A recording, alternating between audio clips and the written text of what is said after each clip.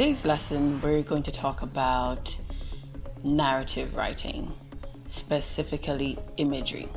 So, what is imagery and why is it important? Well, take a minute, jot down what do you think imagery means to you. You have 5 seconds.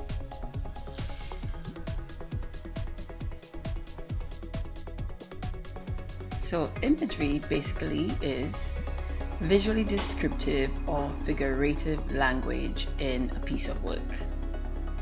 Why is it important? Why do you think imagery is important? Well, unlike movies where you have pictures and sound, when you read a story, it's different. Good writing allows us to imagine those vivid images that would otherwise be in a movie. So, when you've written a piece, ask yourself, can I see what I'm talking about? Or is my writing flat without any vivid description? We need pictures painted for us with our 5 senses. The 5 senses are hearing, touching, tasting, smelling, and seeing. In a little while, we'll watch a video. In this video, a sister battles with an internal hatred she has brewing for her older sister. The stage is set quite nicely, the images are sharp, almost 3D-like, and we can see her, short and round with glasses, dark hair, plain and simple.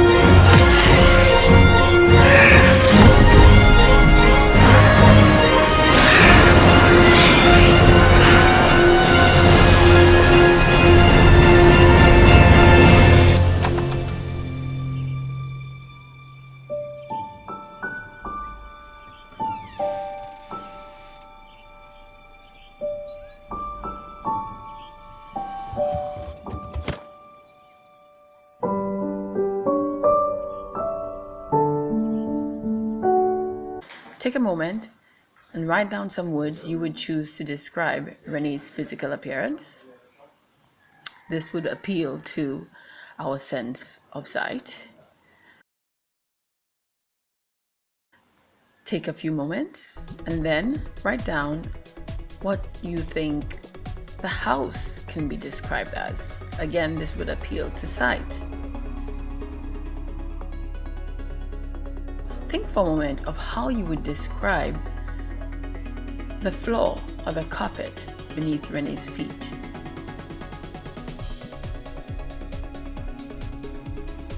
The texture of the metal, the texture of the sheets on her bed. Be creative. Describe texture and feel. Next, look at the surroundings. How would you describe the room, the house? Take a few moments to scribble down some words to describe the house.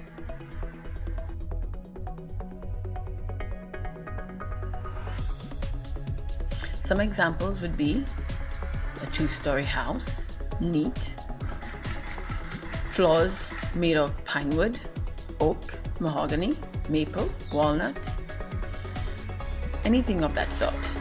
So you would use these words in a sentence. For example, the miniature black monsters bounced onto the cherry wood floors, their beady eyes popping from their heads. How would you describe Sunny? Take a moment and write down some words to describe her sister Sunny. Note Sunny's name. Some possible answers on how we would describe Sunny: tall, slender, fashionable, gorgeous, lovely, amazing, lanky.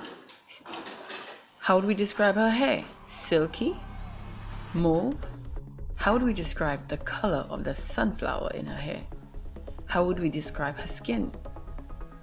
How would we describe the way her eyes are in her head?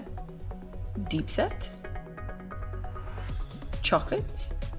Chocolate brown eyes?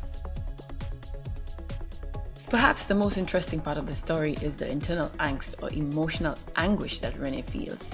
How would you describe that using a simile or metaphor, which is our figurative language? Take a moment and write down a simile or metaphor which describes the height of the internal battle Renee is facing.